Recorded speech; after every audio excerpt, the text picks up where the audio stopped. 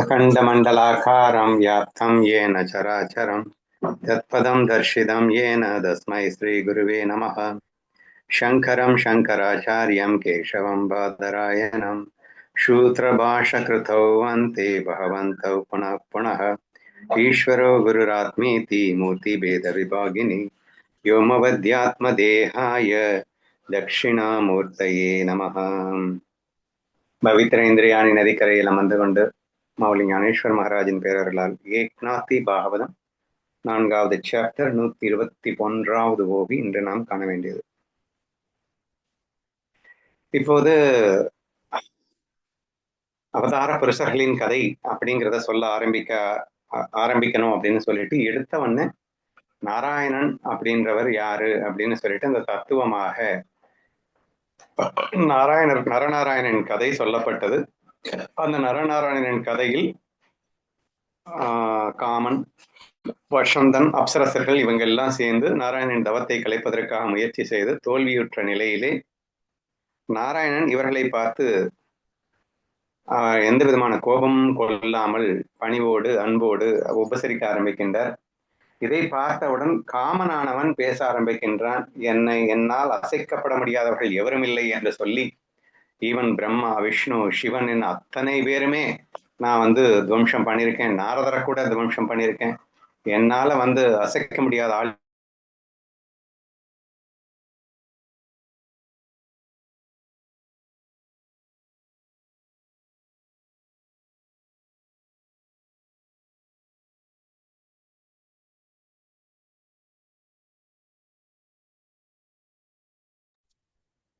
நான் கேட்கல.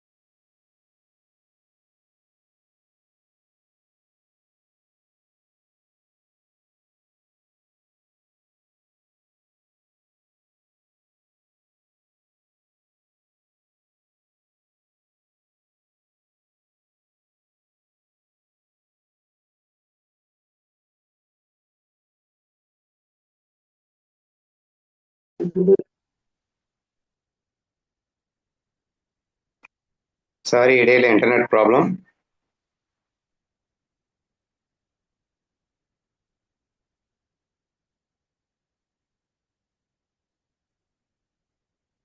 சோ நான் பேசினது கொஞ்சமாவது கேட்டதா?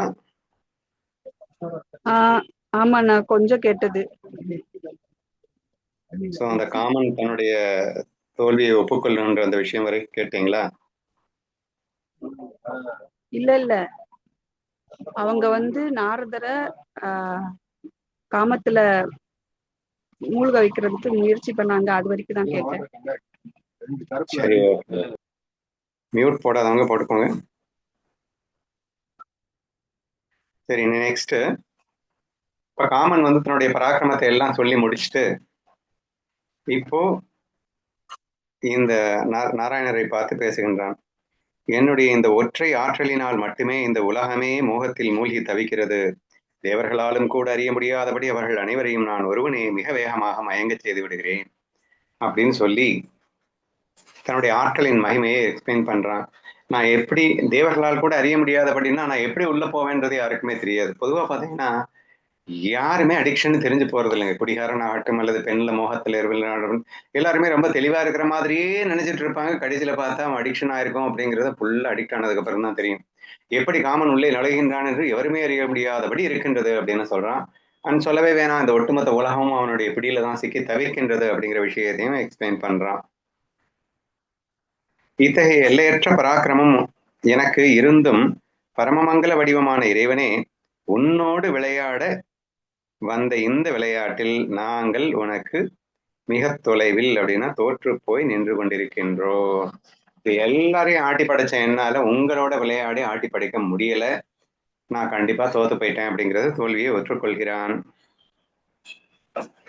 ஓ விகாரங்களற்ற சர்வ வல்லமை படைத்த பிரபுவே, ஜெகத்குருவே, உன்னிடத்தில் இத்தகைய சாந்தம் இருப்பது ஒன்றும் வியப்பிற்குரியதல்ல. ஏனெனில் எப்போதும் தன் ஆன்மாவினாலேயே ரமித்த தைரியத்தோடு விளங்கும் ஆத்ம ராமர்கள் யாவரும் உன்னுடைய திருவடிகளைத்தானே சரணடைந்து வணங்குகிறார்கள். அதாவது நீ பிரம்மஸ்வரூபத்துல இருக்க அப்படிங்கிறது மட்டும் இல்ல, பிரம்மஸ்வரூபத்துல இருக்கக்கூடிய அத்தனை பேருமே உன்னுடைய திருவடிகளை சரணடைந்திருக்கிறார்கள். அப்படிங்கிறப்போ பிரம்மஸ்வரூபத்தை இந்த காமனால் அசைச்சிட முடியுமா?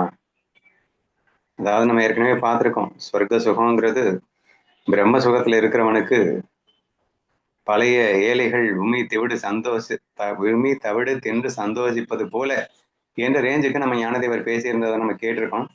அதனால நீங்க காஞ்ச மாடு இருந்தா அது கம்பங்காட்டுக்குள்ள போனா பெரிய விஷயமா தெரியும். ஆனா நீ ஃபுல் வயிறு ரொப்பி வேற லெவல் ஃபுல்ஃபில்டு மைண்ட்ல இருக்கும்போது இந்த காமனால எப்படி அசைக்க முடியும்? இப்போ எம்டி மைண்ட்ல இருக்கிறவன் மட்டும்தான் காமனால அசைக்க முடியும். கம்ப்ளீட்லி பிரம்மஸ்வரூபத்துல லைத்து ஃபுல்ஃபில்டு மைண்டா இருக்கக்கூடிய ஒருத்தனை டச் பண்ண முடியாது அப்படிங்கிறது நேச்சுரலி உண்மையான விஷயம். பட் இந்த நாராயணர் அப்படிங்கிறவர் யாருன்னா பிரம்மஸ்வரூபத்தில் லைத்திருப்பவர். அது மட்டும் இல்லாம அத்தனை ஞானிகளுமே இந்த நாராயணரை காலடியில் பற்றி இருக்கின்றார்கள். அப்படிங்கிறப்போ காமனான என்னால் உங்களை எதுவும் செய்துவிட முடியவில்லை என்பதில் ஆச்சரியம் ஒன்றும் இல்லை அப்படின்னு அவனே சொல்லிக்கிறான். ஃபர்ஸ்ட் வந்து ஆச்சரியப்படுறான், என்னால் அசைக்க முடியாத எவனும் இல்லைன்னு. ஆனா அவங்க எல்லாம் எம்டி மைண்ட்ல இருந்தவங்க, அதனால ஈஸியா அசைச்சிட்டேன். உங்களை எப்படி அசைக்க முடியும்? நீங்க ஸ்வரூபத்துல இருக்கீங்க, அதனால என்னால் அசைக்க முடியல என்று அவன் ஒப்புக்கொள்கின்றான். எவருடைய திருவடி தூசியை தங்களின் தலைகளிலே தாங்கி வணங்குவதால் சாதாரண ஜீவன்கள் கூட தங்களுக்குள் ஆத்ம ராம நிலையை முழுமையாக அடைகிறார்களோ, அத்தகைய ஸ்ரீஹரியை உன்னிடத்தில் எங்களது காமக்கணைகள் பலிக்காமல் போனதில் என்ன ஆச்சரியம் இருக்க முடியும்? அதாவது இன்னைக்கு எல்லா ஆத்மா ராம நிலை அப்படின்னா சொன்னா என்ன?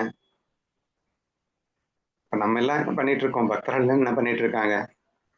ஞான சாதகர்கள் எல்லாம் என்ன பண்ணிட்டு இருக்கோம் அப்படின்னா ஈஸ்வர சரணாகதியை நோக்கி போய் கொண்டிருக்கின்றோம் இல்லையா?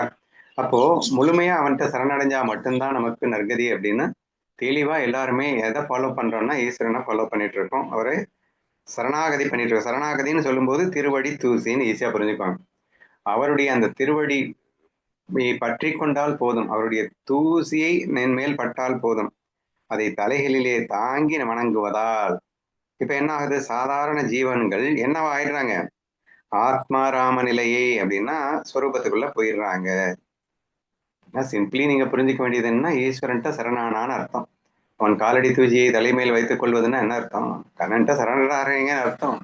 ஈஸ்வரன்ட்ட சரண்டர் ஆனா மட்டும்தான் இந்த ஃபீலே கிடைக்கும் ஃபர்ஸ்ட் ஆஃப் ஆல் உங்களுக்கு. ஸோ சரண்டர் ஆன மொமெண்ட்ல நீ பிரம்மஸ்வரூபமாகவே மாறிடுற. அத்தகைய ஸ்ரீகரியை உன்னிடத்தில் எங்களது காமக்கணைகள் பலிக்காமல் போனதில் என்ன ஆச்சரியம் இருக்கிறது? சோ உன்னை வணங்குகின்ற அத்தனை பேருக்கும் உன்னுடைய ஆத்மஸ்வரூபத்தை அள்ளி வழங்குகின்ற ஸ்ரீஹரியே உன்னிடத்தில் எங்கள் காமக்கணைகள் வேலை பார்க்குமா?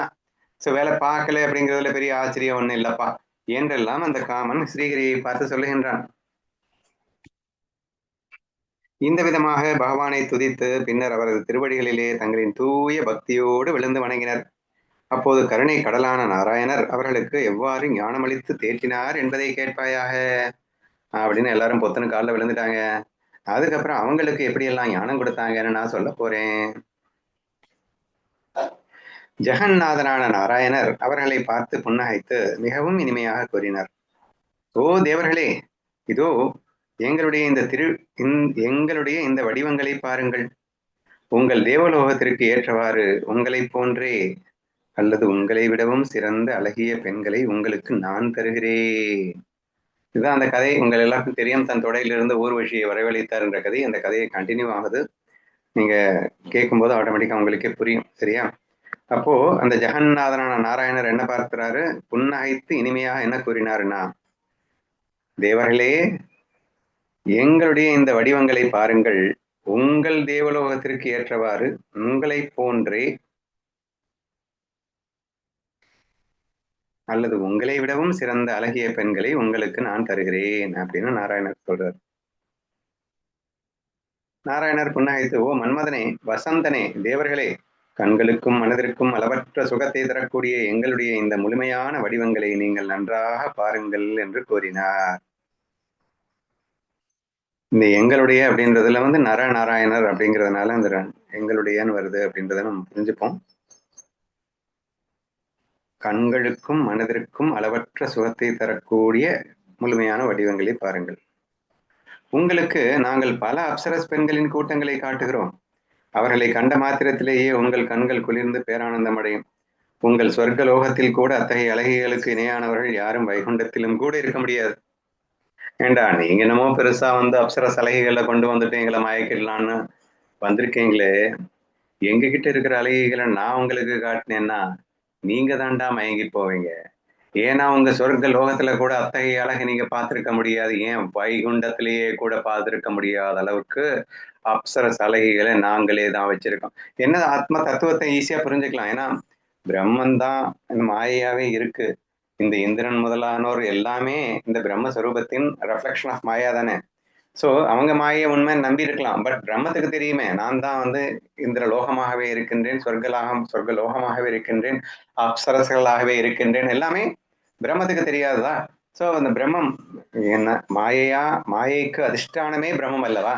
அப்படி இருக்கும்போது அங்கிருக்கின்ற அந்த அப்சரஸ்கள் பெண்களை விட இன்னும் எத்தனை அழகான அப்சரஸ்கள் பெண்களை வேணுமானால் என்னால் படைக்க முடியும். ஸோ தத்துவத்தை தயவுசெய்து சேர்ந்து புரிஞ்சுக்கோங்க. அப்போ பிரம்மத்தினுடைய கல்பனை தான் இந்த ஈஸ்வரனுடைய கல்பனை தான் ஜகம் அப்படின்னு நம்ம சொல்றோம் இல்லையா? அப்போ என்னுடைய கல்பனையில் உருவாக்கப்பட்டது தான்டா நீங்க எல்லாருமே. ஏன் இதை விட 1000 மடங்கு கற்பனை, இதை விட 1000 மடங்கு அழகான ஒரு பெண்ணை கூட என் கல்பனையிலே கொண்டு வந்து உங்களுக்கு நான் தர முடியும் எனும் போது இந்த அழகை கண்டு நான் மயங்குவேனா? அப்படின்னா என்ன? என்னுடைய கல்பனையால் தான் உருவாக்கப்பட்டது நீங்கள். இதைவிட 100 மடங்கு அழகாகவும் என்னால் உருவாக்க முடியும். அல்லது நானே இப்படி எல்லாமே பிரதிபலித்து தோன்றிக் கொண்டிருக்கின்றேன். அப்படி இருக்கிறப்ப நான் ஏன்டா உங்களை பார்த்து மயங்க போறேன்? ஸோ ஆல் தீஸ் திங்ஸ் வந்து தத்துவமா நீங்க வந்து சேர்ந்து புரிஞ்சுக்க ட்ரை பண்ணுங்க. ஓகேவா? உங்களுக்கு நாங்கள் பல அப்சரஸ் பெண்களின் கூட்டங்களை காட்டுகிறோம். அவர்களை கண்ட மாத்திரத்தில் உங்கள் கண்கள் குறைந்து பேரானந்தம் அடையும். உங்கள் சொர்க்கலோகத்தில் கூட அத்தகைய அழகிகளுக்கு இணையானவர்கள் யாரும் வைகுண்டத்திலும் கூட இருக்க முடியாது. ஜெகநாதரான இவர் எவ்வாறு கூறி அங்கிருந்து அனைவருக்கும் தங்களின் சுய வடிவங்களை காண்பித்தார். அந்த வடிவங்களின் பேரொளியை கண்டு அங்கிருந்த அப்சரஸ் பெண்கள் யாவரும் தங்களின் அழகை எண்ணி வெட்கி தலை குனிந்தனர். சுய வடிவங்களை காண்பித்தார் அப்படின்னு வருது. இங்க சுய வடிவங்கள்னா அவர் எடுத்துக்கொண்ட அந்த அவதார வடிவங்கள் அப்படின்னு எடுத்துக்கிறதா அல்லது பிரம்மத்துக்கு வடிவமே கிடையாது. ஸோ அப்படித்தான் நம்ம எடுத்துக்கணும்னு நினைக்கிறேன். ஸோ அவருடைய வடிவங்களை, உண்மையான வடிவங்களை அவர் காட்டும் போதே அந்த அப்சரஸ் வந்து நம்மெல்லாம் ஒரு ஜீரோ, இந்த அளவுக்கு முன்னாடி அப்புறம் இந்த அளவு போயிட்டு நம்ம கவர் பண்ண நினைச்சோமே அப்படின்னு நினைச்சு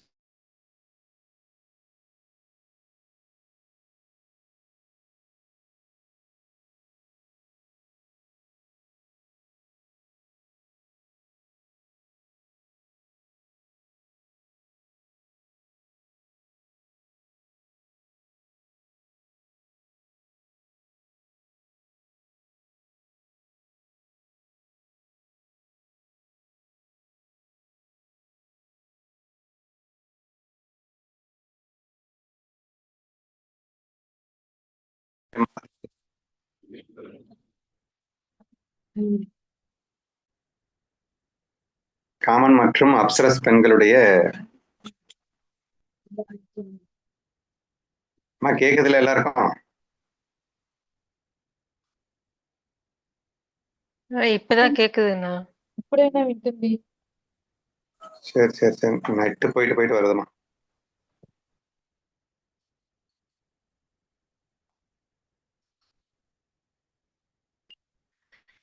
எந்த வடிவத்தின் பேரழகிற்கு முன்னால் தேவலோக அப்சரஸ் பெண்களின் அழகு முற்றிலும் மங்கி போனதோ அத்தகைய உன்னதமான வடிவத்தை ஸ்ரீஹரி அங்கே காண்பித்தார். அதை கண்டதும் காமனின் அகந்தையும் மதமும் முற்றிலும் கரைந்து போயின. அங்கே ஒன்றுக்கு ஒன்று மிகச்சிறந்த பேரழகு வாய்ந்த பல வடிவங்கள் தோன்றி தரிசனம் தந்தன. அவற்றின் உன்னத அழகிற்கு முன்னால் ஒரு நொடி பொழுதில் ரம்பை, ஊர்வசி போன்ற தேவதைகளின் அழகு கூட குருடாகி போனது போல தோன்றியது. ஊர்வசியதே இனிமேதானே கொண்டு வர போறாரு. இது என்ன ரம்பை ஊர்வசின்னு முதல்லயே வந்துருச்சு, தெரியாத்தனமா வந்துருச்சா?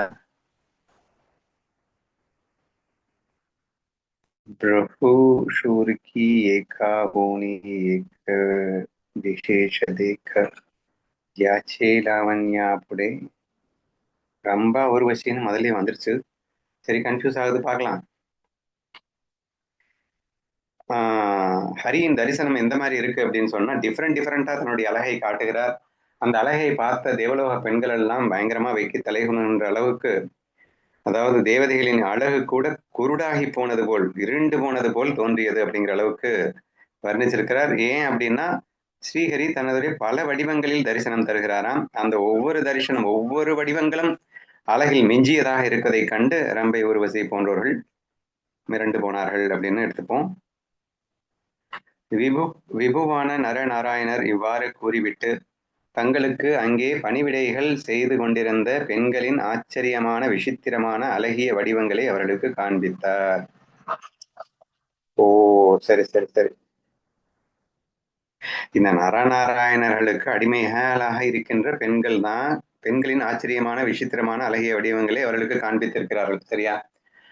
ஹரியின் வடிவத்தை காட்டினார்னு முதல்ல வந்தது. இப்ப என்ன வந்திருக்கு அப்படின்னா, நரநாராயணருக்கு பணிவிடை செய்து கொண்டிருந்த அந்த பெண்களின் அழகையும் இங்கே காட்டிக் கொண்டிருக்கிறார். அதுவும் அழகில் ஒன்றுக்கொன்று மிஞ்சியதாக இருக்கின்றது. இதையெல்லாம் பார்த்து தேவலோக பெண்கள் நம்ம தான் பெரிய ஆள் நினைச்சிட்டு இருந்தோமே அப்படின்னு சொல்லிட்டு ஃபீல் பண்ற அளவுக்கு இருக்கு அப்படின்னு புரிஞ்சுப்போம். நாராயணர் தன் லீலையினால் மட்டுமே அரிய நற்குணங்களும் பேரழகும் கொண்ட வடிவங்களை அங்கே வெளிப்படுத்தி காட்டினார். அவற்றின் அழகை பற்றிய வர்ணனையை கேட்ட மாத்திரத்திலேயே 3 உலகங்களும் உடனடியாக மோகத்தில் மூழ்கிவிடும். என்னது கன்ஃபியூஸாவே இருக்கு. தங்களுக்கு அருகே பணிவிடைகள் செய்து கொண்டிருந்த பெண்களின் ஆச்சரியமான விசித்திரமான அழகிய வடிவங்களை காண்பித்தார்னு வருது. ஆனா முதல் ஸ்லோகத்திலிருந்து தானே அந்த ஹரியே டிஃபரெண்டா அழகை வெளிப்படுத்தினார்னு வருது. ரெண்டுமே சேர்ந்து எடுத்துப்போம். நாராயணர் ஒரு லீலை பண்றார், தன்னையே பல வடிவங்களாக டிஃபரெண்டாக அழகழகா காட்டுகிறார் அப்படின்னு வந்திருக்கு. ஏன்னா அரிய நற்குணங்களும் பேரழகும் கொண்ட வடிவங்களை வெளிப்படுத்தி காட்டினார். அவற்றின் அழகை பற்றி வர்ணனையை கேட்டால் உலகங்களுமே மோகத்தில் மூழ்கிவிடும். அப்பேற்பட்ட அழகாக பிரம்மமே இருக்கின்றது. தத்துவத்துக்கு போனீங்கன்னா it's very easy to understand. Because நான் மட்டும்தான் அதிஷ்டானம். நான் எங்கிட்ட இருந்து தான் எல்லா கற்பனையிலிருந்து, எனது கற்பனையினால்தான் இந்த உலகமே உண்டாயிற்று. அப்ப அழகுக்கெல்லாம் அழகு நான் தான். ஏன்னா என்னுடைய அதிஷ்டானத்தில் தான் எல்லா அழகுமே படைக்கப்பட்டிருக்கின்றன. அப்படிங்கிறப்போ அப்போ என்கிட்டதான் அல்டிமேட் அழகு இருக்க முடியும் அப்படிங்கிறத நம்ம எடுத்துக்கலாம். அங்கே முன் கண்டிராத பல அபூர்வமான பெண்கள் தோன்றினர். அவர்களின் முழுமையான அழகை கண்டதும் தேவலோக அப்சரஸ் பெண்கள் தங்களின் அழகை பற்றிய கர்வத்தை முற்றிலுமாக மறந்தனர். வெட்கத்தால் அவர்களின் முகங்கள் வாடிப்போயின. பொதுவா நம்ம கேள்விப்பட்ட கதையில தொடையிலிருந்து ஒன்றை உருவசின்னு ஒருத்தர் உருவாக்கினார் அப்படின்னு பார்த்தோம். பட் இப்போதைக்கு கதை எப்படி போயிட்டு இருக்குன்னா, ஹரியே தன் லீலையாக பலவிதமான பெண் வேடங்களை ஏற்றுக்கொண்டு, அழகிகளாக வேடங்களை ஏற்றுக்கொண்டு அவள் தன்னுடைய லீலையாக அவர்களுக்கு காட்ட, இதை கண்ட தேவலோக பெண்கள் எல்லாம் வெட்கி தலைகுனிகின்ற நிலை ஏற்பட்டது அப்படிங்கிறது தான் மீண்டும் மீண்டும் வந்து கொண்டிருக்கிறது. அழகின் சுரங்கங்களாக விளங்கும் இத்தகைய வடிவங்களை தேவர்களுக்கெல்லாம் உத்தமனும் சக்ராயுதத்தை தாங்கியவனுமான அப்பெருமான் காட்டினான். அந்த பெண்களின் பணிப்பெண்களாக இருப்பதற்கு கூட இந்த தேவலோக அப்சரசர்கள் எவ்விதத்திலும் தகுதியற்றவர்கள் ஆவர். இப்ப ஹரியே என்ன பண்ணிட்டாரு, லீலையாக பலவிதமான பெண்கள் வடிவங்கள்ல காட்டி எக்ஸ்ட்ரீம் அழகெல்லாம் காட்டிட்டாரு. காட்டினதுக்கு அப்புறம் அந்த தேவலோக பெண்களுக்கு என்ன ஃபீல் ஆகுதுன்னா, இந்த அழகிக்கு பணிவிடை பெண்ணாக கூட நான் இருக்கிறதுக்கு லாய்க்கு இல்லையே அப்படின்ற அளவுக்கு ஃபீல் ஆச்சு. அப்படின்னா அந்த ஹரி எடுத்துக்கொண்ட அந்த லீலையால் எடுத்துக்கொண்ட அந்த பெண்களின் அழகு எத்தகையதாக இருக்கின்றது அப்படிங்கிறத நம்மளா இமேஜின் பண்ணிக்கணும். ஓகேவா? இத்தகைய தூய்மையான விசித்திரமான வடிவங்களை நாராயணர் நேரில் காட்டினார். அதை கண்டு தேவர்கள் அனைவரும் அளவற்ற வியப்பில் ஆழ்ந்தனர். காமனும் தன் அகந்தையை முற்றிலும் கைவிட்டு விட்டான். ஓகேவா? நீயே எங்களுக்கு எல்லாவற்றையும் தரக்கூடிய சர்வ வல்லமை படைத்த கொடையாளி. அதனால்தான் நாங்கள் உன்னை சரணடைந்தோம். எனவே கருணை கடலே, பேரழகு வாய்ந்த இந்த பெண்களில் ஒருத்தியை எங்களுக்கு அருளித்தர வேண்டும் என்று வேண்டினர். ஸோ ஹரி தன் லீலையாக அவனே பல பெண்களாக டிஃப்ரெண்டா காட்டிக்கொண்டிருந்த அந்த நிலையில டோட்டலா எல்லாரும் சரணடைஞ்சு ஒரு விண்ணப்பத்தை வைக்கிறாங்க கடைசியில. என்னன்னா, நீ எல்லாருக்கும் எது கேட்டாலும் கொடுக்கின்ற கொடையாளி அல்லவா, அதனால நாங்க உன்னை சரணடைஞ்சு இப்ப நான் உங்ககிட்ட ஒரு ரிக்வஸ்ட் பண்றேன். கருணை கடலே, இவ்வளவு அழகு வாய்ந்த இந்த பெண்கள்ல ஒருத்தர் எனக்கு தரமாட்டியா அப்படின்னு இந்த இந்திரனுக்கு எப்பயுமே அல்ப புத்தி போகாது. அதனால இந்த இந்திரியங்கள் வந்து என்னதான் இருந்தாலும் இன்னொன்னுக்கு ஆசைப்பட்டுக்கிட்டு தான் இருக்கும். இங்க இது வேற நம்ம கிட்ட இருக்கிற அழகை விட வேற லெவல் விஞ்சி அழகை பார்த்துட்டான்ல. அதனால நாராயணா இத்தனை அழகான வடிவங்கள் என்ன காட்டிட்டு இதுல ஒண்ணு நான் கூட்டிட்டு போகட்டுமா அப்படின்னு கேட்கிறான் இந்திரன். அருளி தர வேண்டும் என்று எல்லாரும் சேர்ந்தே வேண்டிக்கிறாங்க. தேவலோகத்திலிருந்து வந்த அந்த அப்சரஸ் பெண்கள் நாராயணரின் ஆசிரமத்தில் இருந்த விசித்திரமான பெண்களை கண்டனர். அவர்களின் உடலில் இருந்து வீசிய நறுமணத்தாலும் அவர்களின் எல்லையற்ற அழகினாலும் பெருந்தன்மையினாலும் கவரப்பட்டு தங்களின் சொந்த அழகையெல்லாம் இழந்து மயங்கி நின்றனர். ஸோ கண்ணன் லீலையாக எக்கச்சக்கமான ஆசிரமத்துல வந்து நிறைய பெண்கள் வேஷத்துல அவன் காட்டினான் அல்லவா, அதை பார்த்து மறுபடியும் இந்த பெண்கள் வந்து வெட்கப்பட்டு தலை குனிந்து நின்றனர் அப்படிங்கிற விஷயத்தை தான் மீண்டும் மீண்டும் சொல்லப்பட்டு வருகிறது. எக்ஸ்ட்ராவா இந்த இடத்துல அழகிய உடலில் இருந்து அவர்களின் உடலில் இருந்து வீசிய நறுமணத்தாலும் அப்படிங்கிற வார்த்தை எக்ஸ்ட்ரா சேர்ந்துக்கிச்சு, எல்லையற்ற அழகினாலும். அங்கே ரம்பை முதலான தேவலோகத்து அப்சரஸ் பெண்கள் அனைவரும் நாராயணரின் சுய லீலையினால் தோன்றிய அந்த பெண்களின் பேரழகளை கண்டு தங்களை மறந்து மயங்கி போயினர். எத்தனை தாட்டி! ஐயோ! அந்த பெண்களின் உடலிலிருந்து வீசிய தெய்வீக நறுமணம் எத்தகையது என்றால் அதற்கு முன்னால் 3 உலகங்களின் நறுமணமும் வீணாக போனது. அந்த நறுமணத்தால் அப்சரஸ் பெண்கள் மயங்கினர். அவர்களின் அழகும் பெருந்தன்மையும் தேவலோக பெண்களின் அழகை முற்றிலும் கவர்ந்து கொண்டது.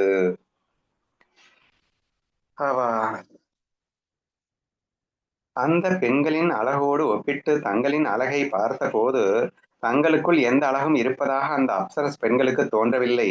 அதனால் வெட்கத்தால் தலைகுனிந்து அவர்கள் அனைவரும் அங்கே அமைதியாக நின்றார்கள்.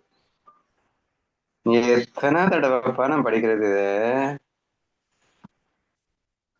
அவர்களின் இத்தகைய நிலையை கண்டு நாராயணர் அவர்களை பார்த்து, என்னுடைய இந்த பெண்களின் கூட்டத்தில் உங்களுக்குள் யாருக்கு எந்த பெண்ணை பிடித்துள்ளதோ அவளை நீங்கள் தாராளமாக உங்களுடன் அழைத்து செல்லலாம் என்று கூறினார். அவர் தயாரன் அல்லவா, அதனால ஓகே, காசுப்பட்டு கேட்டுட்டேங்க, கொடுக்காம இருப்பேனா?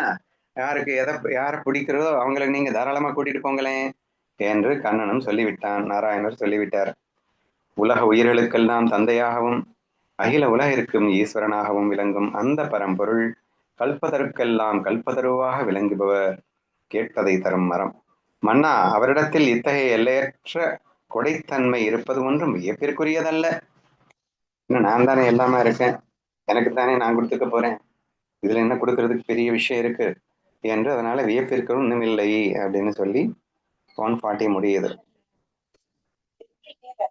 தன்னிடம் தேடி வந்து கேட்கும் யாசகர்கள் எவரும் எக்காலத்திலும் ஏமாற்றத்துடன் திரும்பி செல்வதில்லை. இது ஸ்ரீ நாராயணனுடைய இயற்கையான குணமாகும். இது காலம் காலமாக தொடர்ந்து வருகிறது. ஏற்கனவே அதீதிக்கு வந்தா அந்த அதீதிக்கு போடாம இருந்தா புண்ணியம் எல்லாம் காணாம போயிடும், அதனால நான் வந்து வேற லெவல்ல உபசரிப்பேன் அப்படிங்கிறதெல்லாம் ஏற்கனவே சொல்லியாச்சு. இவன் மறுபடியும் நாராயணர் கேட்டதை கொடுக்காம இருப்பாரா? அதனால கண்டிப்பா யாருமே அவர்கிட்ட போனவங்க கேட்டது கிடைக்காம ஏமாற்றத்துடன் போனதே இல்லை அப்படின்னு எக்ஸ்ட்ரா ஒரு வர்ணனை வந்திருக்கிறது.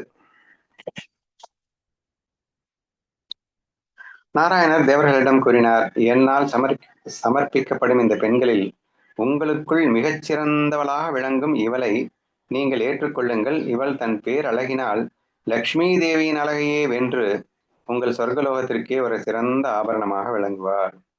மறுபடியும் அதேதான் வருது. மறுபடியும் தேவர்களிடம் நாராயணர் சொன்னார், இந்த பெண்கள்ல யார் வேணா கூட்டிட்டு போங்க, ஆனா கூட்டிட்டு போனதுக்கு அப்புறம் நீங்க என்ன ஃபீல் பண்ணுவீங்கன்னா, இதை விட அழகு உலகத்துல யாருமே இல்லை. இன்ஃபேக்ட் கம்பேரிஷன் பாருங்க, தன் பேரழகினால் லக்ஷ்மி தேவியின் அழகையே வென்று உங்கள் சொர்க்கலோகத்திற்கு சிறந்த ஆபரணமாக விளங்குவாள் அப்படின்னு சொல்லிட்டு சொல்லுகிறார். அங்கு நின்ற பெண்களிலேயே மிகவும் அழகியவளும் உலகிற்கு அப்பாற்பட்ட பேரழகம் கொண்டவளுமான ஒரு பெண்ணை முன்னிறுத்தி நாராயணர் தாமே அவர்களிடம் பேசத் தொடங்கினார். இப்போ அவங்க செலக்ட் பண்றதுக்கு முன்னாடி இவரே செலக்ட் பண்ணிட்டார் நாராயணர், சரியா? அதுல ஒரு பெண்ணை செலக்ட் பண்ணி பர்டிகுலரா நிறுத்தி என்ன சொன்னாராமா, இவளுடைய பெயர் ஊர்வசி. இப்போ முதல்லயே ஊர்வசி எப்படி மயங்கினான்னு தெரியல, எனக்கு கன்ஃபியூஷா இருக்கு. அது நீங்க ஏக்நாத் பகவான் தான் போய் கேட்கணும். இவளுடைய பெயர் ஊர்வசி. இவளை இந்த மன்மத உலகிற்கு நான் பரிசாக அளிக்கிறேன். மற்ற எல்லோரையும் விட பேரழகும் நற்குணங்களும் கொண்ட இவள் உங்கள் சொர்க்கலோகத்திற்கு ஒரு பெரும் ஆபரணமாக திகழ்வாள் அப்படின்னு இவராகவே உன்னை செலக்ட் பண்ணி அதுக்கு ஊர்வசின்னு பேரை வச்சு கூட்டிட்டு போங்கடா அப்படின்னு சொல்லிட்டாரு. இவளுடைய பேரழகை கண்களால் காணும்போது சாட்சாத் லக்ஷ்மி தேவியின் அழகின் கலைகளை கூட வென்று சிறந்து விளங்கும் இத்தகைய நற்குணமும் தங்கமயமான அழகும் கொண்டவள் இவள். ஊர்வசியின் பெருமை பாடப்படுகிறது. லக்ஷ்மி தேவியே விஞ்சும் அளவுக்கு இருக்கிறாள் என்று சொல்லப்பட்டிருக்கிறது. எங்களது இந்த அன்பளிப்பை நீங்கள் ஏற்றுக்கொண்டு உங்கள் சொர்க்கலோகத்திற்கு அழைத்துச் செல்லலாம் என்று அகில உலகிற்கும் மகிழ்ச்சியை தரும் அந்த சரங்கபாணி நாராயணர் கூறினார். அந்த ஊர்வசியை தங்களுடன் ஏற்றுக்கொண்டு அவர்கள் அனைவரும் தங்களின் சொர்க்க லோகத்திற்கு திரும்பினர். அங்கு சென்றதும் நாராயணரின் உன்னதமான மகா பிரதாபத்தை பற்றி இந்திரலோகம் முழுவதும் விரிவாக எடுத்து பேசினர். பின்ன பேசாம எப்படி இருக்க முடியும்? நாங்க போனோம்டா, இப்படி ஆயிடுச்சுடான்னு கதையா சொல்லணும்ல. அதனால இதெல்லாம் எடுத்து பேசினாங்களாம். நாராயணரின் அந்த ஆத்ம ஞானத்தை பற்றியும் நிஜபோதம், பிரம்மபோதம், ஆத்மபோதம் எப்படி வேணா எடுத்துக்கோங்க, ஞானத்தை பற்றியும் பெருமையை பற்றியும் கேட்ட இந்திரன் தன் தவற்றினை உணர்ந்து பெரும் கவலையடைந்தான். ஐயோ, நான் இவ்வளவு பெரிய தவற்றை செய்துவிட்டேனே, ஆனால் அந்த பகவானோ அளவற்ற கருணை கடகளாக விளங்குகிறாரே என்று வருந்தினான். இது போனதுக்கு அப்புறம் தான் வருந்தினான். அதான் முதலே வருந்திட்டே இல்லை, இருந்தாலும் மறுபடியும் வருந்துறான். சரியா? நாங்கள் செய்த குற்றத்திற்கு பதிலாக அவர் எங்களுக்கு தன் முழுமையான கருணையையே மழையாக பொழிந்திருக்கிறார். அத்தகைய நாராயணனின் தரிசனம் எங்களுக்கு எத்தகைய புண்ணியத்தால் கிடைக்கப் போகிறது என்று இந்திரன் ஏங்கினான். பேசாம நீ அவர்கிட்ட சரணாயிட்டேன்னா அவராகவே ஆறிடுவே இல்லை, உன்னை யார் அவருக்காக ஏங்கிட்டு இருக்க சொன்னா வெளியில இருந்துக்கிட்டு அப்படின்னு எனக்கு உள்ள தோணுது. சரியா? சரி, இப்போ மெய் சிலர்க்கின்றான், நம்ம குற்றம் பண்ணினா கூட அவர் என்ன பண்ணினாரு, நமக்கு கருணை அல்லவா காட்டினாரு அப்படின்னு எண்ணி எண்ணி அவன் எத்தகைய புண்ணியம் பண்ணியிருந்தா எனக்கு இப்படி ஒரு வாய்ப்பு கிடைச்சிருக்கும் அப்படின்னு சொல்லிட்டு ஃபீல் பண்றான். இத்தகைய சர்வ வல்லமை படைத்த பகவானான ரிஷிகளுக்கெல்லாம் தலைவரான நாராயணரை எப்போதும் தியானிக்க வேண்டும். பத்ரிகாசிரமத்தில் இன்றும் ரிஷி சிரேஷ்டர்கள் அனைவரும் அவருடைய திருவடிகளையே நாள்தோறும் வணங்கி வருகிறார்கள். ஸோ பத்ரிநாத்துக்கு போறதுக்கு முன்னாடி இந்த கதைகள்லாம் தெரிஞ்சுட்டு போங்க.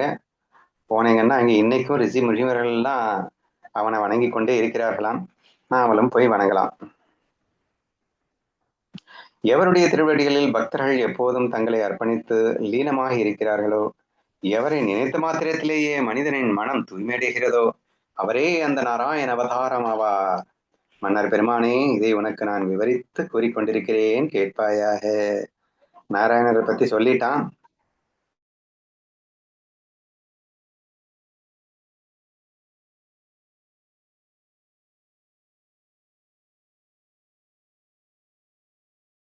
நாராயணன்ட்டதான் ஆயிட்டு இருக்காங்க.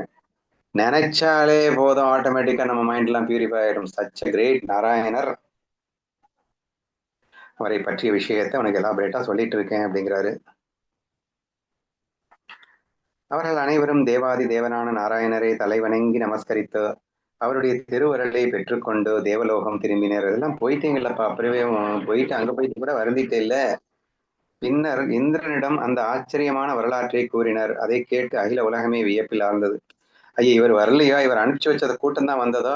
ஓகே ஓகே, இப்ப இந்த கூட்டம் வந்ததில்ல, இந்த காமன், வசந்தன், அப்சரசு இவங்க எல்லாம் தோல்விய சந்திச்சுட்டு இவன் கூட இந்த ஊர்வசியும் கூட்டிட்டு இந்திரன் கிட்ட போயிட்டு இந்திரன் கிட்ட நடந்த கதையெல்லாம் சொல்றாங்களாமா. ஓகேவா? தேவாதி தேவனான அந்த நாராயணரை தலை நிலத்தில் படிய வணங்கி வழிபட்டு அவரிடமிருந்து முழுமையான பிரசாதத்தை ஊர்வசியை பெற்றுக்கொண்டு தேவர்கள் அனைவரும் தங்களின் சொர்க்கலோகத்துக்கு சென்றனர். நீதான் போய் சேர்ந்துட்டு இந்திரன்ட்டியே கதையா சொல்லிட்டே இல்ல, மறுபடியும் இப்பதான் போய் சேர்றேன்னு வருது. அதெல்லாம் என்கிட்ட கேட்கக்கூடாது, இருக்கிறது தான் சொல்ல முடியும். தேவாதி தேவனான நாராயணர் தலை நிலத்தில் படிய வணங்கி வழிபட்டான். அது எப்படி வழிபட்டார் அப்படிங்கிற விஷயத்த கொஞ்சம் டிஃப்ரெண்டா சொல்லியிருக்காங்க. இப்ப மறுபடியும் போய் சேர்ந்துட்டாங்க. நாராயணர் தங்களை உபசரித்து பூஜித்ததை ஒரு பெரும் பாக்கியமாக கருதி மகிழ்ந்து மன்மதராஜனும் அவனது கூட்டத்தினரும் தங்களின் தேவலோக சோலைகளுக்கு திரும்பினர். மன்மதன் இதனால் மிகுந்த மகிழ்ச்சி அடைந்தான். சரி, அவர்கள் இந்த வரலாற்றை இந்திரனிடம் விவரித்த போது இந்திரன் தன் உள்ளத்தில் அளவற்ற வியப்படைந்தான். ஆஹா, அந்த நாராயணநாதர் உண்மையிலேயே தன் செயலின் மூலம் உன்னதமான பரமார்த்த நெறியை வாழ்ந்து காட்டியுள்ளாரே அவர் வாழ்க என்று போட்டினான். நீயும் அந்த பிரம்மன் தானே, நீயும் அவரை மாதிரி வாழலாமே அப்படின்னு நமக்குள்ள தோணும். சரியா? எவருடைய வடிவத்தில் பேரழகிற்கும் பிரதாபத்திற்கும் முன்னால் தேவலோக அப்சரஸ்கன்கள் யாவரும் வெட்கத்தால் முகம் சிவந்து நின்றார்களோ அவரே சாட்சாத் பரமாத்மாவின் ஈஸ்வரனின் அவதாரம் என்பது நல்லறிவோடு சார அச்சார விசாரத்தால் ஆராய்ந்து பார்த்தால் தெளிவாக விளங்கும். ஸோ கண்டிப்பா யாரால இந்த மாதிரி பண்ண முடியும் அப்படின்னு சொன்னா பிரம்மஸ்வரூபத்தில் இருக்கிறவங்களால மட்டும்தான் பண்ண முடியும். அந்த பிரம்மமே அவதாரமா இருக்கின்ற காரணத்தினால்தான் இப்படி ஒரு நிகழ்ச்சியை, அதாவது நீங்க பிரம்ம ஜீவனா கூட இருங்க, ஆனா பிரம்மமே நான் அப்படிங்கிற ஃபீலிங்ல ஜீவனா இருக்கணும்ல. நீங்க எதுவா இருக்கீங்கன்னு முக்கியம் இல்லை, உண்மையில நீங்க பிரம்மன்றதை புரிஞ்சுக்கிட்டு இருக்கணும் இல்லையா? சோ அதனால இவர் அவதாரமாக இருக்கின்றார். அதாவது அந்த நாராயணர் சாட்சாத் பரமாத்மாவின் ஈஸ்வரனின் அவதாரம் என்பது ஆராய்ச்சி செய்து பார்த்தால் தெளிவாக விளங்கும். ஏன்னா இந்த ரீலையெல்லாம் நீங்க பார்க்கும்போது குவைட் நேச்சுரலி அவர் அவதாரம் தானே அப்படின்னு அண்டர்ஸ்டாண்ட் பண்ணிக்கலாமே. இதுக்கு நிரூபணம் தேவையா? நம்ம தான் அக்செப்ட் பண்ணிக்க தானே போறோம். இத்தகைய உன்னதமான சரித்திரத்தை கேட்ட விதேக நாட்டு மன்னரான ஜனகர் அடைந்தார். அவருடைய உள்ளத்தில் தூய்மையான எளிய ஆன்ம ஆனந்தம் பிரவகித்தது. பின்னர் அவர் பகவானின் அடுத்தடுத்த அவதாரங்களை பற்றி கேட்க தொடங்கினார். இப்பதான் நம்ம முதல் அவதாரம் முடிஞ்சிருக்கு, நரநாராயணர் அவதாரம். சோ இதுலயே ரொம்ப பரவசமாகி ஜனக மன்னன் ஆஹாஹா அப்படின்னு ஆனந்தப்பட்டுக்கிட்டு, இந்த மாதிரி எனக்கு அப்படியே கதை கதையா சொல்றீங்களா அப்படின்னு கேட்கிறான். திருமல முனிவர் மேலும் கூறினார், நமது தந்தையான அந்த அச்சுதனே பகவான் விஷ்ணுவே இந்த உலகத்தின் நன்மைக்காக ஆன்ம யோகத்தை உபதேசிப்பதற்காக தன் தலைகளுடன் ஹம்ச அவதாரம், தத்தாத்ரேயர் அவதாரம், சனகாதி குமாரர்கள் அவதாரம் மற்றும் ரிஷப தேவர் ஆகிய அவதாரங்களை எடுத்தார். அவர்கள் இந்த உலகில் ஆற்றிய தெய்வீக செயல்கள் அனைத்தும் உலக உயிர்களின் பிறவி பிணி என்னும் பயத்தை ஊக்க வல்லவையாகும் அப்படின்னு சொல்லிட்டு நரநாராயணருக்கு அப்புறமா ஒரு 4 அவதாரத்தை மென்ஷன் பண்ணியிருக்காருமா. ஹம்ச, தத்தாத்ரேயா, சனகாதி குமாரர்கள், ரிஷபதேவர் அப்படின்னு அவர் அடுத்த 4 அவதாரங்களை பத்தி அதிகமா நம்ம படிப்போம்னு நினைக்கிறேன் அடுத்தடுத்து. அதன் பின்னர் அந்த மகா முனிவரான திருமலர் அடுத்த அவதாரங்களின் வரலாற்றை தன் திருவாக்கால் விவரிக்க தொடங்கினார். மன்னா, சக்கரவர்த்தியே, முகுந்தனின் உலகிற்கு அப்பாற்பட்ட மற்ற அவதாரங்களை பற்றி கூறுகிறேன், கேட்டுக்கொள் அப்படின்னு ஆரம்பிக்கிறாரு. அந்த நாராயணரே ஹம்ச வடிவத்தில் பிரகடமாகி பிரம்மதேவனுக்கு தூய ஆத்ம ஞானத்தை உபதேசித்தார். மேலும் சனகாதி முனிவர்களும் அவரே நேரில் ஞான உபதேசம் செய்தார். இப்ப ஆக்சுவலா சிஷ்ய பரம்பரை மாதிரி வருது. அந்த நாராயணர் தான் ஹம்ச வடிவத்தில் ஓகே அவதாரம் தானே, அதனால அவரே ஹம்ச வடிவத்தில் பிரகடமாயினார். பிரம்மதேவனுக்கு தூய ஆத்ம ஞானத்தை உபதேசித்தார். அப்போ ஹம்ச அவதாரருடைய நோக்கம் என்னன்றது நம்ம கேட்கணும்ல, கேட்டுருவீங்க இல்லையா? அதுக்காக அந்த பதிலையும் சொல்லியிருக்கிறார். ஹம்சான்னா அன்னப்பறவை வடிவத்தில் பிரகடமாயினார். பிரம்மதேவனுக்கு தூய ஆத்ம ஞானத்தை உபதேசித்த அவதாரம் எதுன்னா ஹம்ச அவதாரம்னு புரிஞ்சுக்கணும். அடுத்து சனகாதி முனிவர்களுக்கும் அவரே நேரில் ஞான உபதேசம் செய்தார். ஸோ ஹம்ச அவதாரத்துல அப்புறம் சனகாதின்னு இன்னொரு அவதாரம்னே வந்தது. சனகாதி குமாரர்கள் அப்படிங்கிறது அவதாரமாவே சொல்லியிருக்காரு இந்த இடத்துல. இப்ப என்னடான்னா ஹம்ச அவதாரமா சனகாதி முனிவர்களுக்கு உபதேசம் செய்தார்னு வந்திருக்கு. இந்த அவதாரம் அந்த அவதாரமா உபதேசம் செஞ்சுச்சா? இருங்க அடுத்து படிச்சா புரியுதான்னு பார்ப்போம். தத்தாத்ரேயர் மற்றும் ரிஷபதேவர் ஆகிய அவதாரங்களை ஏற்று இந்த உலகிற்கு ஜீவன் முக்தி நிலையின் இலக்கணத்தை அவரையே கற்றுக் கொடுத்தார். உலகத்தை உய்விப்பதற்காகவே அவதரித்த அந்த நாராயணரே நம் அனைவருக்கும் தந்தை ஆவார். இந்த இடத்துல மட்டும் கொஞ்சம் கன்ஃபியூஷன் இருக்குமா? ஒருவேளை இந்த இடத்துல ஏதாவது மிஸ்டேக் இருக்குமா? ஜெகதா கல்பனையா ஸ்வீகிருத்த ஈஸ்வர ரூபானந்தரமயாச்சி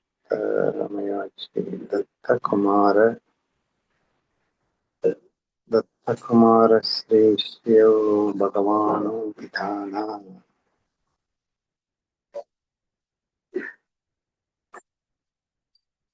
அதாவது இறைவனுடைய அவதாரங்களாக நரநாராயணருக்கு அப்புறமா ஹம்ச, தத்தாத்ரேய, சனகாதி குமாரர்கள், ரிஷபதேவர் அப்படின்னு வந்திருக்கு. பட் ஆக்சுவலா அடுத்து என்ன சொல்லிட்டாரு அப்படின்னா, அம்ச அவதாரம் வந்து என்ன செஞ்சது, தத்தாத்திரேயர் அவதாரம் என்ன செஞ்சது, ரிஷபதேவர் அவதாரம் என்ன செஞ்சது அப்படிங்கிறது தெளிவா இருக்கு.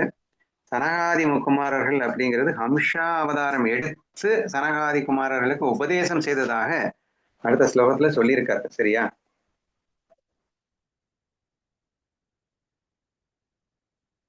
ஹம்ச வடிவத்தில் பிரடமாகி பிரம்மதேவனுக்கு தூய ஆத்ம ஞானத்தை உபதேசித்தார். சனகாதி முனிவர்களுக்கு அவரே நேரில் ஞானோபதேசம் செய்தார். தத்தாத்திரேயர் மற்றும் ரிஷபதேவர் ஆகிய அவதாரங்களை ஏற்று இந்த உலகிற்கு ஜீவன் முக்தி நிலையின் இலக்கணத்தை அவரே கற்றுக் கொடுத்தார். உலகத்தை உயிர்ப்பிப்பதற்காக அவதரித்த அந்த நாராயணரே நம் அனைவருக்கும் தந்தை ஆவார். ஸோ அவருடைய அவதாரம் தான் மீதி எல்லா அவதாரங்களுமே. ஸோ அந்த நாராயணர் எந்தெந்த அவதாரத்துல என்னென்ன பண்ணினாங்க அப்படிங்கிறத ஒவ்வொன்றா சொல்லிக்கிட்டு வர்றார். நாமளும் படிச்சுக்கிட்டே வரோம். அவரே இந்த உலகத்தின் நன்மைக்காக பல்வேறு அவதாரங்களை நிச்சயமாக எடுக்கிறார். கலியுகத்தில் அவருடைய தெய்வீக செயல்களையும் கீர்த்தியையும் பாடி போற்றுவதால் பிறவி பிணி என்னும் சம்சார பயம் உடனடியாக நீங்கிவிடும். அப்படிப்பட்ட அந்த நாராயணர் தான் எக்கச்சக்கமான அவதாரங்களை எடுக்கிறார். இந்த கலியுகத்துல அந்த அவதாரங்களை எல்லாம் நீங்க போதும், நீங்க பிறவி பிணியிலிருந்து நீங்கி நீங்க பிரம்மத்தை அடையலாம். எவனுடைய திருநாமத்தை சொன்ன மாத்திரத்திலேயே மகா பாவங்கள் அனைத்தும் எரிந்து சாம்பலாகி விடுகின்றனவோ, எவனை தியானிப்பதால் பரமகதியாகிய முக்தி நிலை கிடைக்கிறதோ, அத்தகைய அவதாரங்களில் ஒப்பற்ற கீர்த்தியை மன்னா உனக்கு கூறுகிறேன் கேட்பாயாக. மறுபடியும் அந்த நாராயணனுடைய அவதாரங்கள் ஒவ்வொன்றுமே மகா பாவங்கள் எல்லாம் எரித்து சாம்பலாகிவிடும். மேலும் அதை தியானிச்சா முக்தி கண்டிப்பா கிடைக்கும். அந்த மாதிரி அவதாரங்களுடைய ஒப்பற்ற கீர்த்தியை நான் கண்டிப்பா மறுபடியும் ஒன்னொன்னா உனக்கு எடுத்து சொல்றேன் அப்படின்னு கண்டினியூ ஆகுது. இன்னொரு 20 முடிச்சிடலாமா? ஜெகநாதனான அந்த பரம்பொருள் ஹம்ச வடிவத்தை ஏற்று சனகாதி முனிவர்களுக்கு உன்னதமான பரமார்த்த தத்துவத்தை உபதேசித்தார். அந்த வரலாற்றை இப்போது உங்களுக்கு தெளிவாக கூறுகிறேன். ஓஹோ, டீட்டெயில வரப்போகுது போய். பிரம்மதேவனுடைய மானச புத்திரர்களான சனகர் சனந்தனர் முதலான சிறந்த ரிஷிகள் ஒருமுறை மிகவும் ரகசியமானதும் ஆழமானதுமான பரமார்த்த தத்துவத்தை பற்றிய கேள்விகளை தாங்கள் தந்தையிடம் கேட்டனர். தந்தையே, மனிதனின் மனம் உலக விஷயங்களோடு கலந்து விடுகிறது அல்லது உலக விஷயங்களை வந்து மனிதனின் மனதில் அமர்ந்து கொள்கின்றன. இந்த இரண்டிற்கும் இடையே உள்ள பிணைப்பு எவ்வாறு நீங்கும்? அதற்கான வழியை எங்களுக்கு கூறுங்கள் அப்படின்னு சொல்லிட்டு அந்த யார் கேட்டிருக்காங்க, பிரம்மதேவருடைய குழந்தைகளான சனந்தனர் சனகர் சனந்தனர் முதலான ரிஷிகள் அப்பா கிட்ட கேட்குறாங்க. ஓகேவா? என்னமோலாம் ஒன்றும் கேட்கலாமா? இந்த மாயில மாட்டிக்கிட்டு முடிச்சுட்டு இருக்கோம்ல விஷய சுகத்துல, அதுல இருந்து விடுபடுறது எப்படின்னு கேட்டிருக்காரு. வேற ஒன்றும் இல்லை. தன் பிள்ளைகள் இத்தகைய கேள்வியை கேட்டபோது பிரம்மதேவன் பெரும் குழப்பத்தில் ஆழ்ந்தார். மனம் மற்றும் உலக விஷயங்கள் ஆகியவற்றை பிரித்தறியும் அந்த நுட்பமான தத்துவத்தை அவரால் சற்றென்று விவரிக்க இயலவில்லை. இது என்னது இவ்வளவு ஈஸியா கொஸ்டினை கேட்டுட்டா அது உனக்கு புரிய வைக்க முடியுமா எனக்கு தெரியலையேன்னு அப்பா கன்ஃபியூஸ் ஆயிட்டார். மனம் உலக விஷயங்களோடு கலந்து விட்டதா அல்லது உலக விஷயங்கள் மனதிற்குள் புகுந்து விளையாடுகின்றனவா என்பதை தன் சுய அறிவினால் பிரித்து காண்பதற்கு பிரம்மனுடைய புத்தி என்னும் கண்கள் தற்காலிகமாக குருடாகி போனது போல் தோன்றியது. இப்ப நம்ம இந்த வைசி வருஷா கொஸ்டின் கேட்போம்ல, அந்த மாதிரி கேட்டான்ப்பா அவன். கொஸ்டின் எப்படி கேட்கிறாங்கன்னா, மனசு வந்து விஷயத்துல மயங்கிச்சா அல்லது விஷயம் வந்து மனசுக்குள்ள போயிடுச்சா? நல்லா கவனிங்க. மனம் உலக விஷயங்களோடு கலந்து விட்டதா அல்லது உலக விஷயங்கள் மனதிற்குள் புகுந்து விளையாடுகின்றனவா? அப்படின்னா இங்க வந்து அந்த புலனுகர் விஷயங்கள் டேஞ்சரா அல்லது மனசு டேஞ்சரா அப்படின்னு சொல்லிட்டு அவங்க டவுட்டை கேட்டிருக்காங்க. ஏன்னா இப்ப வந்து இவ்வளவு அழகா பொண்ணு. நீங்க இப்படிதான் டவுட் எல்லாம் கேட்பீங்க எங்கிட்ட. ஆமா ஆமா, பிரம்மதேவரே பாருங்க, புத்தி கண்கள் தற்காலிகமா குருடானது போல நீங்க கேட்கும் போது நாங்களும் குருடாகி பதில் சொல்ல முடியாம இப்படிதான் திணறோம். ஆனா இதுல இந்த சீக்ரெட் நான் அடுத்து படிக்க மாட்டேன். ஒழுங்கா பதில் சொல்லுங்க. ஏமா இதுல என்ன கஷ்டம் இருக்கு? மனசு 2 கொஸ்டினை கேட்டிருக்காரு. இதுக்கு ஆன்சர் நீங்க தான் சொல்லணும். மனசு உலக விஷயங்களோடு மூழ்கிடுச்சா அல்லது உலக விஷயங்கள் மனதிற்குள் புகுந்து மனசு ஆட்டிவிக்குதா அப்படின்னு கேள்வி கேட்டிருக்காரு. இப்ப நம்ம பொதுவா சொல்லுவோம்ல, ஒரு பொண்ணை பார்த்துட்டு டேய் என்னடா இப்படி அடிக்ட் ஆயிட்ட, லூசு, இவ்வளவு அழகா ஒரு பொண்ணை பார்த்தா அடிக்ட் ஆகாம என்னடா பண்ண முடியும் நான் அடிக்ட் ஆனது காரணம் நான் இல்லடா, அந்த பொண்ணு தான்டா, எவன் பார்த்தாலும் அந்த பொண்ணை பார்த்து அடிக்ட் ஆயிடுவான்டா அப்படின்னு பேசுனா விஷயம் வந்து உள்ளுக்குள்ள புகுந்து இவன் அடிமை ஆயிடுச்சுன்னு அர்த்தமா. சரியா? அப்படி இல்லாம மனம் உலக விஷயங்களோட கலந்து விட்டதா அப்படின்னா, ஒரு ஏதோ ஒரு விஷயத்துல பொண்ணுன்னு சொல்லிட்டேன், வேற ஏதாவது ஒரு அல்வாவோ என்னத்தையோ பாக்குறேன் அப்படின்னா, மனம் வந்து அதை பார்த்த உடனே ஆசைப்படுது. சரியா? மனம் வந்து அந்த அதை சாப்பிடணும், அதை அனுபவிக்கணும் அப்படின்னு மனம் ஆசைப்பட்டு அந்த விஷயங்கள்ல தேடி ஓடுது. சரியா? முதல்ல மனம் விஷயங்களை தேடியதா, அல்லது இந்த விஷயங்களை பார்த்தவன விஷயங்கள் வந்து மனசுக்குள்ள புகுந்து மனசை போட்டு திண்டாட வைக்குதா? இதுதாம்மா கேள்வி. முதல்ல பதில் சொல்லுங்கம்மா. அந்த மனமா சூழலாதான் ஞாபகத்துக்கு வருது. சுக துக்கத்துக்கு காரணம் மனமா சூழலா அப்படின்னா சூழல் இல்ல, மனம்தான் நம்ம ப்ரூஃப் பண்ணிருக்கோம். சோ மனசுதான் உலக விஷயத்துக்குள்ள புகுது. ஆமா, இது பிரம்மதேவனுக்கு தெரியலையா? என்ன பண்றது? மீனாவுக்கு தெரியுது, பிரம்மதேவனுக்கு தெரியல. என்ன சுதா? உலக விஷயம் வந்து ஜடம்னா, சோ அது வந்து நமக்குள்ள புகுந்து ஒண்ணும் பண்ணல. நம்ம தான் மனசு, நம்ம தான் விஷய சுகத்துல சுகம் இருக்குன்னு நினைச்சா சுகமா தெரியுது. இப்ப ஐஸ்வர்யா ராயவே எத்தனை பேருக்கு பிடிக்காது, இவெல்லாம் எதுக்கு உலக அழகி, யாருப்பா பட்டம் கொடுக்குறாங்கன்னு கேக்குறாங்க. சோ ஒருத்தங்களுக்கு பிடிக்குது, ஒருத்தங்களுக்கு பிடிக்கல. சோ உலக விஷயம் வந்து ஜடம், மனசுதான் அப்படின்னு கண்டிப்பா எல்லாருமே சொல்றாங்க. பிரம்மனுக்கு தெரியல. என்ன எல்லாம் வரத்தடுத்து வருதுன்னு நாடகமா பாப்போம். தெரியாத மாதிரி எல்லாம் நடிப்பாங்க. ஆனா நீங்க சரி, இந்த இந்த ஹையர் நாலேஜ்ல கூட உங்களுக்கு ஒரு டவுட்டும் வரல. இந்த கதை சொல்லும் போதுதான் கொஞ்சம் நீங்க டவுட் இருக்குன்னு சொல்றீங்களா? கதை நான் புதுசால கேக்குறேன். கதையில கதை பாருமா, முன்னாடி பின்னாடி ஊர்வசி மயங்கிட்டான்னு, ஊர்வசியா கடைசியில தானே தொடையில இருந்து வந்துன்னு இந்த கதையில தொடையில இருந்து வரல, அது விடுங்க. இவர் வந்து பல அழகிகளை உருவாக்கி காட்டினாரு, எல்லாம் புரியுது. கடைசியில இவர் ஒண்ணு செலக்ட் பண்ணி ஊர்வசின்னு பேர் வச்சு கூட்டிட்டு போங்கன்னு சொன்னாருன்னு. முதல்லயே வந்து ஊர்வசி ரம்ப எல்லாம் வந்து வெக்கி தலை குனிஞ்சிட்டாங்கன்னா நான் எங்க போய் முட்டிக்கிறது? உனக்கு மட்டும் எப்படி புரியுதுன்னு ஆமாண்டா, நீதான் சொல்லணும். மாத்தி மாத்தி தான் வருது. நீங்க சொல்றது கரெக்ட் தான். உம் ஆனாலும் என்ன இப்படி வருது இப்படி வருது அப்படின்னு அப்படியே நீங்க குழம்புது அப்படின்னு போறீங்களா? ஹையர் நாலேஜ்ல கூட அண்ணா குழம்பல. ஆனா கதையில கொஞ்சம் குழம்புறாங்க. என்ன பண்றது? ஏக்நாத் மகாராஜ் வேற லெவல்ல விளைக்கிறாரு. ஒரு விஷயத்த ஒரு தடவை சொல்ல மாட்டேங்கிறாரு, 10 தடவை சொல்றாரு. ஆனாலும் குழம்புது இல்லை. நான் என்ன பண்ணுவேன்? சரி, அடுத்து படிக்கலாம். இந்த சிருஷ்டிக்கு முதன்மை கர்த்தாவாக விளங்கும் பிரம்மதேவனே இத்தகைய தத்துவ குழப்பத்தில் விழுந்து விட்டார் என்றால் பிறகு அந்த சந்தேகத்தை போக்கிக் கொள்வதற்காக வேறு யாரிடம் செல்ல முடியும் அப்படின்னுட்டு, நான்முகனான பிரம்மன் இத்தகைய தர்ம சங்கடத்தில் சிக்கிய போது தன் படைப்பு தொழிலையே மறந்து போனார். ஐயோ, அந்த கன்ஃபியூஷன்ல பாவம் இவன் படைப்பு தொழிலையே மறந்து போயிட்டாராமா. அப்போது அவர் தன் உள்ளத்தில் நாராயணரை தியானித்து, தேவா உன்னையே சரணடைகிறேன் சரணடைகிறேன் என்று வேண்டினார். இந்த குழப்பத்துக்கு தீர்த்து வைக்கிறதுக்கு நாராயணரை வேண்டிட்டாரு. இவர் அன்னப்பச்சி வேஷத்துல வந்து இப்போ விளக்கம் கொடுக்க போறாருன்னு நினைக்கிறேன், பார்ப்போம். பிரம்மதேவனுடைய அந்த அதுரமான பிரார்த்தனையை கேட்ட வைகுண்ட நாதனான பெருமாள் மனம் மகிழ்ந்தார். அவர் தானே ஒரு ஹம்ச படிவத்தை ஏற்றுக்கொண்டு நேரே சத்தியலோகத்துக்கு எழுந்தள்ளினார். பாவம் பிரம்மதேவன் கன்ஃபியூஷன்ல இருக்காருல, போய் தீர்த்து வைக்கலாம்னு சொல்லிட்டு நம்ம நாராயணர் ஹம்ச வேஷத்துல ஓடி வந்துட்டாரு. ஜெகநாதனான பெருமான் ஹம்ச வடிவத்தில் சத்தியலோகத்தில் பிரகடமானார். உலகத்திற்கு அப்பாற்பட்ட அவருடைய அந்த தெய்வீக தோற்றத்தை கண்டு பிரம்மதேவனே வியப்பில் ஆழ்ந்தார். ஹம்ச வடிவமும் அவ்வளவு அழகா இருந்திருக்கு போல, அதனால கண்டு ரொம்ப ஆச்சரியப்பட்டு போறாரு. யாரு? பிரம்மதேவன். பிரம்மனும் சனகாதி முனிவர்களும் அந்த ஹம்சமூர்த்தியை தலைவணங்கி நமஸ்கரித்தனர். பின்னர் தங்கள் மனசில் சந்தேகமாக இருந்த அந்த தத்துவ கேள்வியை அவரிடம் மீண்டும் கேட்டனர். அவர்களின் அந்த பிரஷ்னத்தை கேட்ட ஹம்ச பகவான் அவர்களின் சந்தேகமாகிய துயரத்தை முற்றிலும் நீக்கினார். அங்கே தூய்மையான ஞான ஒளியை அவர் பிரகாசிக்க செய்தார். அந்த விவேக தத்துவத்தை இப்போது கேட்பாயாக. அது டைரக்டா ஆன்சரை சொல்ல வேண்டியதானே? அவர் தீர்த்து வச்சாருன்னு சொல்லிட்டு அதுக்கப்புறம் மெதுவா சொல்ல போறாரு. ஹம்சமூர்த்தி கூறினார், ரிஷீஸ்வரர்களே கேளுங்கள். மனமும் உலக விஷயங்களும் மாயையின் விகாரங்களே. அதுவும் நான் நினைச்சேம்மா. ஏன்னா நம்ம வந்து விஷயத்த மட்டும் ஜடம்னு சொல்ல மாட்டோம், மனசையும் சேர்ந்துதான் ஜடம்னு சொல்லுவோம் இல்லையா? அப்ப ரூட் எங்க இருக்கு அப்படின்னா சித்தாபாசுக்கு தான் போக வேண்டியது இருக்கும். இருங்க, அவர் என்ன சொல்றாருன்னு அவர் வாயாலே படிப்போம். ஓகே. ரிஷீஸ்வரர்களே கேளுங்கள், மனமும் உலக விஷயங்களும் மாயையின் விகாரங்களே. இவை இரண்டையும் கடந்து எவர் சாட்சியாக நிற்கிறாரோ அவரே உண்மையான பரமாத்மாவார் அப்படின்னு சொல்லிட்டு இவர் டைரக்டா பரமாத்மாவை காட்டுறாரு.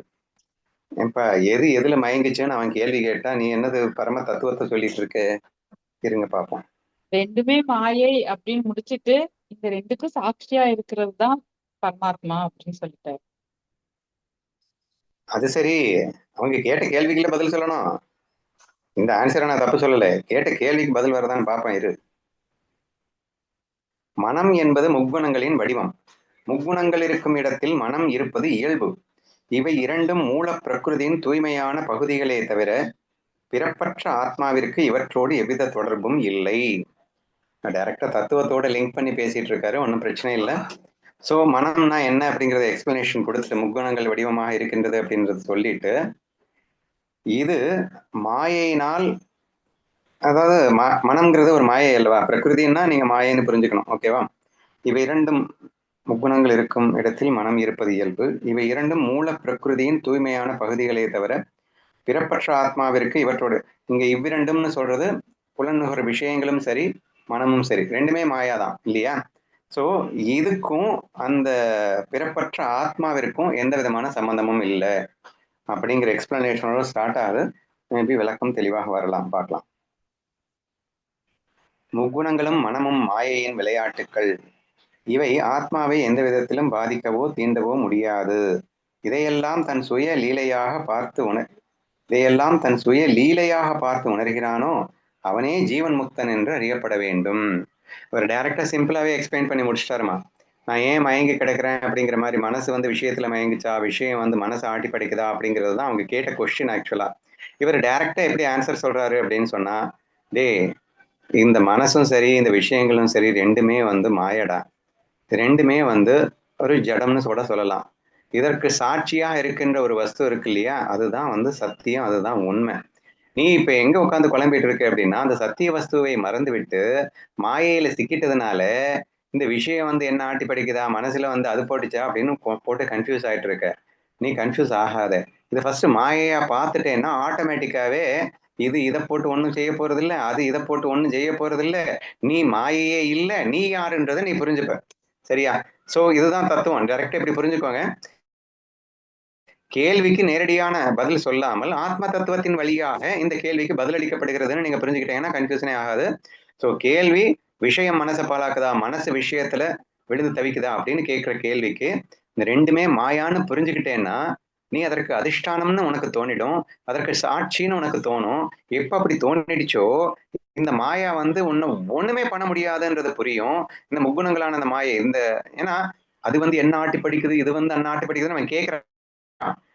நீ வந்து மாயைய உண்மையான நம்புறதுனால, அந்த மாயைக்குள்ள இருக்கிற மனசு நீ நினைச்சதுனால உனக்கு இந்த கன்ஃபியூஷன் வந்திருக்குடா. ஆக்சுவலா மனசே நீ இல்லடா, விஷயங்களே நீ இல்லடா, இந்த ரெண்டுமே மாயடா. அப்ப இந்த ரெண்டுக்கும் அதிஷ்டானமா சாட்சியா இருக்கிற இல்லடா, அதுதான்டா நீ. இந்த ஆத்ம தத்துவத்தை புரிஞ்சுக்கிட்ட அப்படின்னா இது அது மயக்குச்சா இது மயக்குச்சா அப்படிங்கிற கேள்வியே எழாதுடா. ஏன்னா அங்கே மயங்கிறதுக்கும் மயக்கிறதுக்கும் அங்க ஒண்ணுமே இல்லடா, இருக்கிறது நீ மட்டும்தான்டா. ஆனா நீயா இருக்கிற நீ வந்து அங்க போயிட்டு மனசுல சிக்கிட்டு அதுவே நானும் நினைச்சே இல்லையா, அதனால உனக்கு அந்த டவுட் வந்திருக்குடா. இப்படி நீ புரிஞ்சுக்கிட்டேன்னா டவுட் தீர்ந்துடும்டா என்று சொல்வதாக புரிந்து கொள்ளுங்கள். புரிஞ்சிச்சா உங்களுக்கு அண்ணா, எல்லாம்? நீங்க இந்த மாதிரி கொஸ்டினுக்கு நீங்க இந்த மாதிரிதான் பதிலே பண்ணுவீங்க. நாங்க தான் அந்த கொஸ்டினுக்கு இதுவா அதுவா அப்படின்னு சொல்லிட்டு இருப்போம். நீங்க ரெண்டையும் தாண்டி இந்த மாதிரி ஒரு தத்துவத்துல இருந்து ஒரு பதில் கொடுத்துருவீங்க. அதே மாதிரிதான் இங்கேயும் பதில் வந்துருக்கு. அது கரெக்ட் தான்.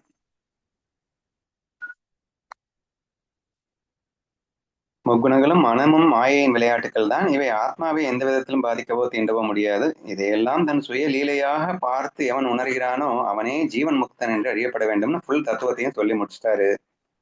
ஹம்ச பகவானுடைய இத்தகைய உன்னதமான உபதேசத்தை கேட்ட பிரம்மதேவன் தன் உள்ளத்தில் எல்லையற்ற சுகமடைந்தார்.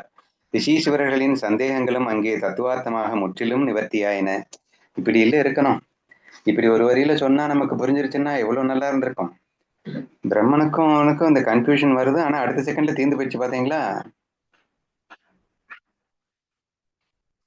ஞானத்தின் முதன்மை காரணமாக விளங்கும் முழுமையான ஹம்ச அவதாரம் இதுவேயாகும். மகா பிரபுவே, அடுத்ததாக தத்தாத்ரேய அவதாரத்தின் இயல்புகளை உனக்கு விவரித்து கூறுகிறேன், கேட்பாயாக அப்படின்னு அடுத்த அவதாரத்துக்குள்ள போறோம். அத்திரி முனிவரின் ஆசிரமத்திலே அனுசூயா தேவியின் உன்னதமான கற்பின் திறத்தை கண்டு மகிழ்ந்து முக்குணங்களின் வடிவமாக பிரம்மா, விஷ்ணு, சிவன் என மூவருமாக அங்கே பகவான் பிரகடமானார். அவரையே உலகம் தத்தன் என்று அழைக்கின்றது. இந்த கதையை வேணா மீனா வேணா சொல்லுங்க. அவர் 2-3 தடவை சொல்லிட்டா. எப்படிமா தத்தாத்திரேயர் ஃபார்மானார், நீயே சொல்லுமா.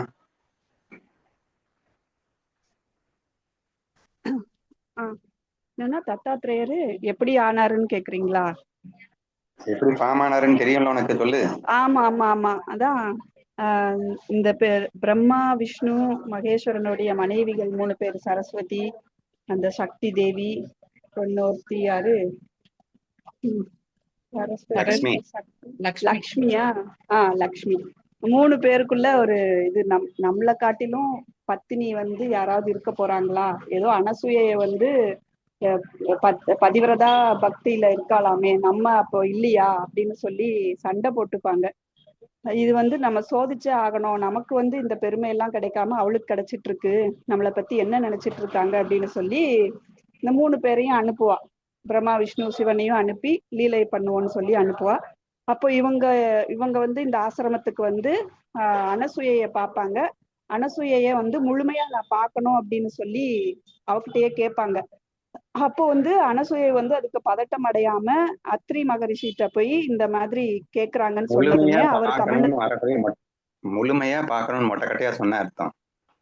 பிறந்த மேனியாக பார்க்கணும், நிர்வாணமாக பார்க்கணும், ஏதாவது சொல்லி தொலைங்க. என்ன பிறந்த மேனியாக நிர்வாணமாக பார்க்க ஆசைப்பட்டார்கள், சொல்லிப்போ. இல்லன்னா ஏன் திறந்த மேனி நீங்க நான் சொல்லலைன்னா, இன்னொரு கதையில எப்படி இருக்குன்னா, முழுமையா பார்க்கணும் அப்படின்னா வெளி உடம்பு கிடையாதான்னா, இப்போ உள்ள அவங்க பிறக்கிற மாதிரிதான் இங்க ஒரு இடத்துல போட்டிருக்கு. அப்போ உள்ள பாக்குறதுங்கிறதுன்னு ஒண்ணு இருக்கான். சோ அதுக்காக தான் நான் முழுமையா பாக்குறதுன்னு இங்க கொண்டு வந்துட்டேன். ஒரு கதையில வெளியே அப்படின்னு போட்டிருக்கு, இன்னொரு கதையில முழுமை அப்படிங்கிறது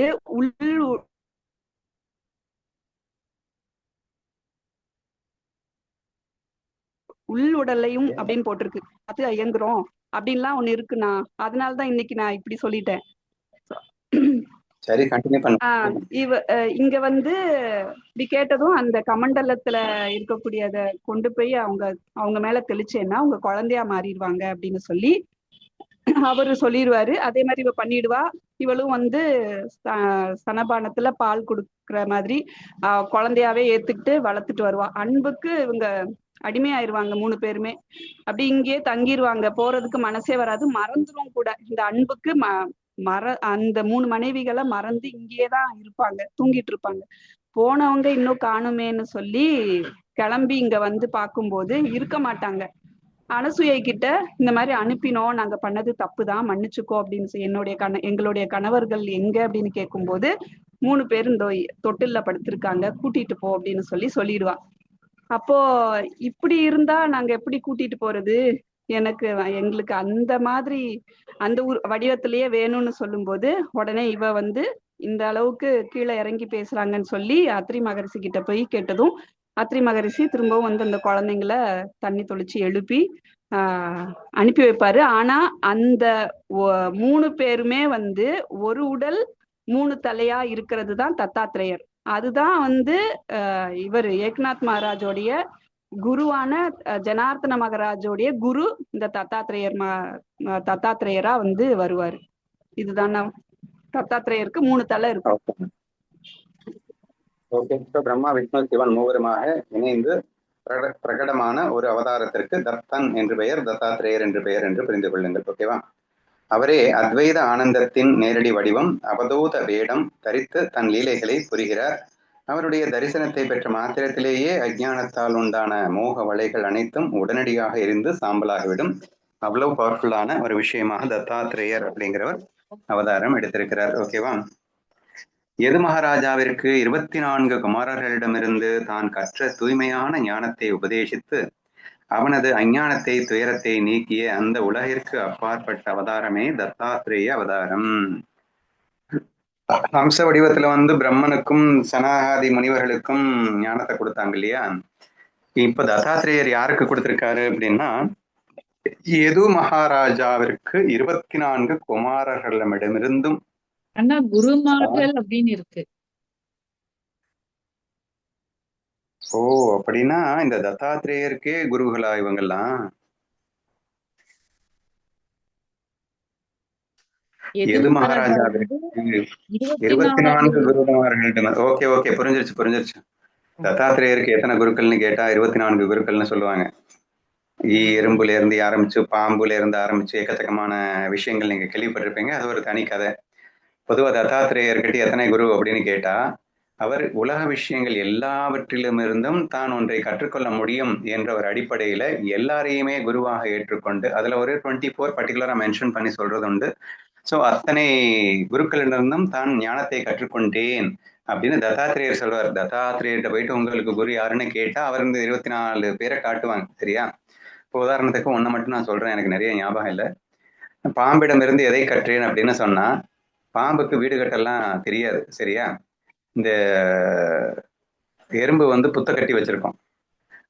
அது யாரோட வீடு அப்படின்னா எறும்போட வீடு. எறும்போட வீட்டுல இது வந்து அந்த மணல் பகுதியில தான் அது வந்து இருக்கும். ஆனா உள்ள பார்த்தா ஸ்பேஷியஸா நிறைய இடம் இருக்கும்.